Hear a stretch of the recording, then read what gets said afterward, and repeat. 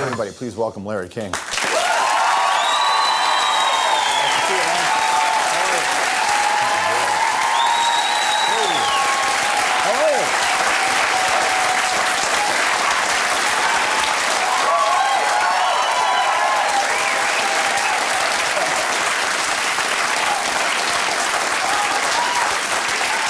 It's a good demographic. It's a nice audience, eh?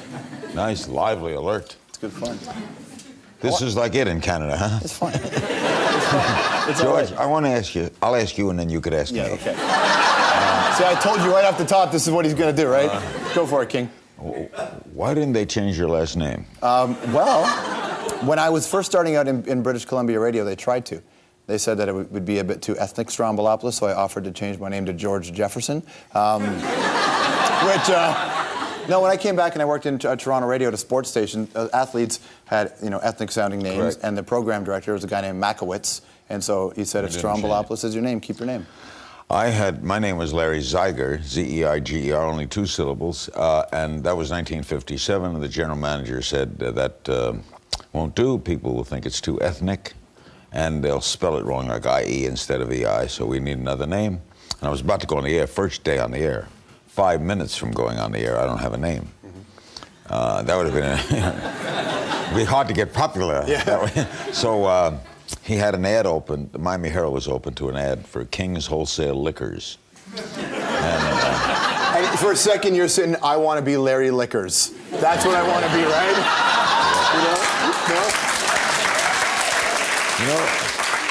George, I might have been bigger having taken it. So I went on the air as Larry King and told the audience, completely honest, that this is not only my first day on the air, but this is the first time I've said I'm Larry King. Do you think back to those, early days? I know never forget them. I started in radio, my best friends in radio, the idea of radio is so beautiful. And well, because it's theater of the mind. It's anything you want to make. When I was a kid, I'm talking back 5 years old, I try to describe all this in a book. We were very poor. My brother and I were in the same little bedroom, and the radio would be on, and I would hear shows, and then I would leave the room, go into the next room, the kitchen, and imitate what I just heard. So either we'd had shows like The Shadow, who knows what evil theme music too, right? lurks in the hearts of men. The Shadow knows. And we had another great show called Suspense. And the announcer would come on, you'd hear a bell ringing because it was sponsored by Autolite. And the man would say, Autolite, and then I would imitate this. Autolite presents Suspense. A tale well calculated to keep you in suspense. And then there was a show on Sunday night, Arch Obler, who I later interviewed many times, he passed away, called Lights Out. Mm-hmm. And this show, the announcer would say, with the organ music, close your blinds, crawl under your couch, lock your doors. And then you got to get this. Got to get it right. And turn your lights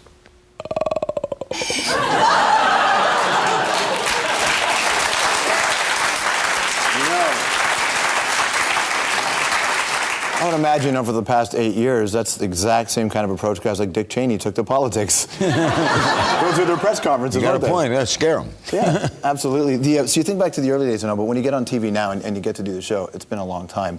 And your book's called My Remarkable Journey, and it has been. Oh boy, has it. That journey. Are you a reflective type of person when it comes to your life? Do you, aside from writing books? Except professionally. No, I don't think about why did I do this, why did I get married, how did I react to my father's... You'd ask that question a lot, though, wouldn't you, then? It's interesting, George, that I was going to book you on my show just to... No, you're a genuine talent. I'm not kidding. I was telling that to my friends outside. You're a genuine talent. Very kind. I don't reflect on... we tried in this book Cal Fussman, who wrote the book with me, I would talk to him, and then he'd put in the words, and I'd edit. He'd try to get me reflective. Why do you think your father's death caused you to do this? So I write it all down and try to understand it, but I'm not reflective. But my business, my journey, as involved broadcasting, I reflect all the time. I think about it all the time. Think about when I started, how things broke for me, radio into television, how I reacted to it, things I learned. And the number one thing I learned is there's no secret. Be yourself, never be someone else. If you try to come on here and be Conan, it's not going to work. You have to be George. It's just not going to work. And you be honest with your audience. You can't miss if you take that approach. I remember once a guy said to me, well, what if, supposing, honest, he said, supposing you're walking down the hall at NBC, and a guy grabs you, sits you down in the seat, hands you a script and says, Tom Brokaw's sick, you're on. What would you do? I would say, I was walking down the hall, and the guy came out and he grabbed me and he put me in the seat and he said, Tom Brokaw's sick, I'm on, I'm going to do the best I can. Sure. Then the audience is with you. Absolutely. I didn't lie, as opposed to, hi, I'm Larry King and here's the news. But you know, as time goes on in one's career, it's actually, sometimes you have to put a little work in to not flip into autopilot. You know, I think when repetition comes into play, you do have to be aware of that, don't you? Well, I get different guests every night. I'm constantly listening to them. I ask short questions. I leave myself out of it. I is irrelevant in an interview to me. I'm so, you don't want to sit next to me on an airplane. I'm incredibly curious. And I go back to childhood, again, reflective. I would ask the bus driver, why do you want to drive a bus? Airplane, why do you want to be an airline pilot? Why do you do what you do? See, it fascinates me how people tick, how they are, what makes them what they are, whether they're Frank Sinatra or Fidel Castro, what made them be what they are. That just boggles me, and that keeps me going. So I'm always revved up. I like some shows better than others, some guests better than others, but I'm always curious. Do you have a moment, though, when you have a guest and you're talking to them, and about 10 seconds or 10 minutes into the conversation, you're thinking, what am I doing here? What am I doing here is that sometimes subjects I hate are tabloid subjects, or people who are famous just because they're famous. Yeah. You know, I know the young celebrity, or someone who's, the hardest shows to do, frankly, are the sad shows. You know, you get someone, a plane crash, and you got to interview the brother of the pilot. Yeah. That's, you do it because it's drama, it's television, it's the least favorite thing. Do you ever just say to your producers or to your network or whatever, like, I'm not doing that interview today, the show's not going to do that? Sometimes. I can't remember the time, I don't think I've ever canceled a guest. Sometime, you know, I'd say, if you do this, I'm not going to come in. That's kind of a threat, but that has happened so rarely. I noticed you did a promo where you discussed my car hitting a president. Yeah. Well, it was a. We'll take a break. We'll come back. We'll find out who he hit. That's a good story. It's a great story. That's a good story, George. Now what he's doing now, folks, just to take you into television. Okay, give it a lesson. What George is doing there is called the hook. Okay. Oh, that's a great story. It's about a president, and we'll tell you what president when we come back. He gets out of the car, he walks up, look kind of familiar, and he goes like this. How'd you hit me? How could you do that? It's a beautiful morning, but the only two people on the road.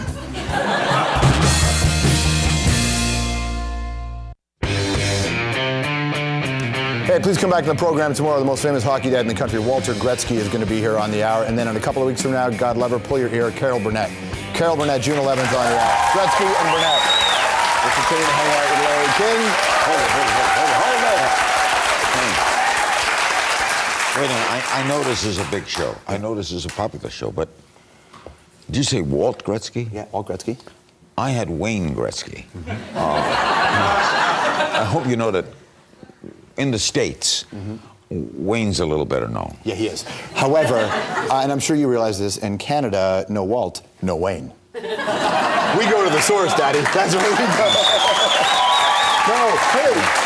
So you're embryonic. Well, we try to be.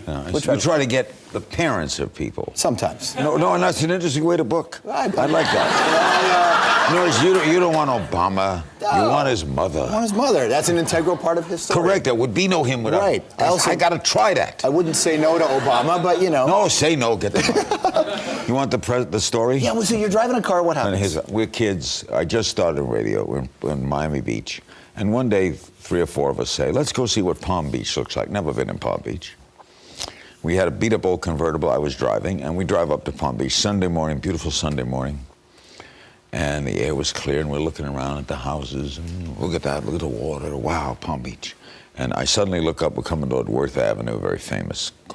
And there's a convertible with a guy in it, parked, and at the red light, and I hit him. Boom. Were you not looking? Were you looking at girls? Like, what? I was looking at buildings and stuff. No, it was my fault, but I wasn't 10 miles an hour maybe, but I hit him.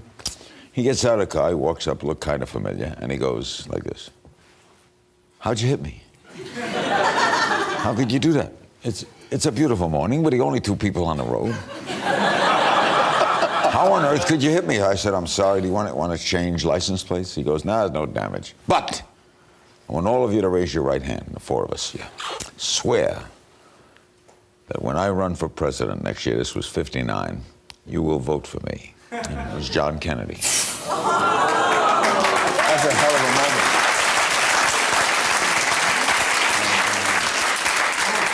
It has been quite a long, strange trip for you. The conversations you've had. The things I've had, the people I've met, the whole...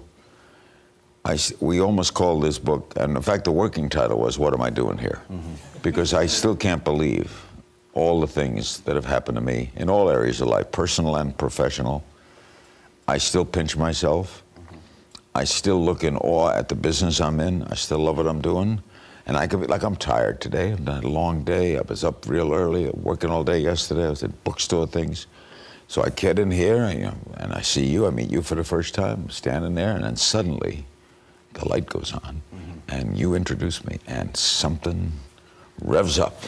And there's nothing like that juice. Have you noticed, and maybe you do or don't do this, on your worst day, this is what it takes.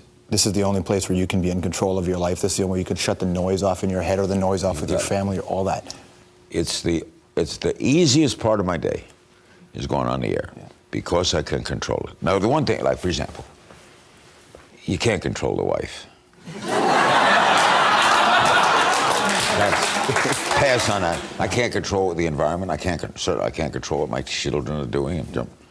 But at 9 o'clock, my ball game. And when I did both jobs, radio all night long, I had 5 hours of radio, 1 hour television, 6 hours out of 24. If I slept 6, I controlled half my day. How many people get to do that? That's true. It's a wonderful kick. I know we got to go, but I need to ask you about Martin Luther King, because I know you were with, like, you've interviewed a lot of great people, but you were with Martin Luther King one day when you didn't even interview him, right? Like, you were just with him? Oh, yeah. And you've interviewed Malcolm X. So Martin and Malcolm are these 2 massive characters in American history. Malcolm X, they both taught me a great deal. Malcolm X said to me, this was 1962, and he said, "You ever wonder what it's like to be invisible?" I said, "What do you mean?" He says, I don't see myself on television. What do you think it's like to be a kid? A little Negro kid. You come home, you turn on television, you're never there. It's always white families. You don't eat cereal. You're never there. You're invisible. Why shouldn't I be angry? I'm not part of the scene. The King incident was extraordinary. His attorney was not licensed to practice in Florida, so he turned this particular incident over to my attorney, who was licensed. So with that day, my attorney represented King, and King was going to try to integrate a motel in Tallahassee. They knew he really wouldn't get in, so he was going to stop people from getting in. They were going to arrest him for trespass. So he invited me to go up with him. So I went with my attorney and King, and he goes up to the motel. I'm right standing next to him. And he said he has a reservation, and the clerk says, "We don't take Negroes." And he goes outside and sits on the porch. It was like a 20-room motel. He's blocking the entrance. Squad cars coming. He knew the squad cars were going to come. Oh, yeah. All of it. They triggered everything. All of it, like the crowds gathered around. And the manager of the motel comes out. And he's sitting, the motel guy is standing. I'm standing to the right of him. And the motel guy looks down and says, "What do you want? What do you want?" And he looked up and said, my dignity. I froze. That's a moment you live. See, and I've stepped in those moments. How the hell did that happen to me? I'm a little Jewish kid from Brooklyn. What the hell am I doing here? So what do you take from that then? That your life has just been tumultuous personally, but successful That I've been basically come right down to it lucky. I know I have some talent, obviously. You have to have talent to be around this long. But I'm lucky. Just lucky. There's stories like that, and there's a lot more in Larry's new book, which is called My Remarkable Journey. Thanks for coming in, man. George, thank you. Okay, everybody. We'll be right back.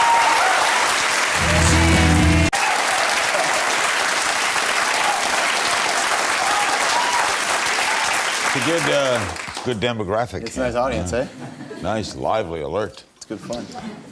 This is like it in Canada, huh? It's fun. It's fun. It's all George, right. I want to ask you, I'll ask you and then you could ask him. The general manager said that won't do. People will think it's too ethnic and they'll spell it wrong, like I-E instead of E-I, so we need another name. And I was about to go on the air, first day on the air. 5 minutes from going on the air, I don't have a name. That would have been it'd be hard to get popular. Everybody, please welcome Larry King.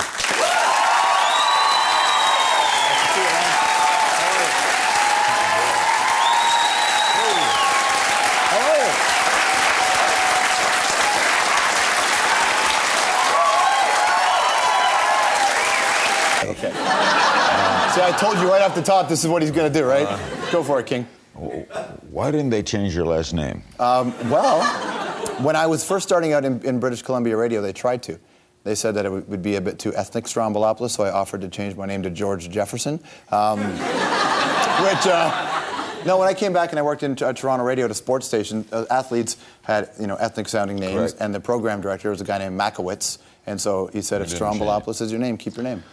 My name was Larry Zeiger, Z-E-I-G-E-R, only 2 syllables, and that was 1957.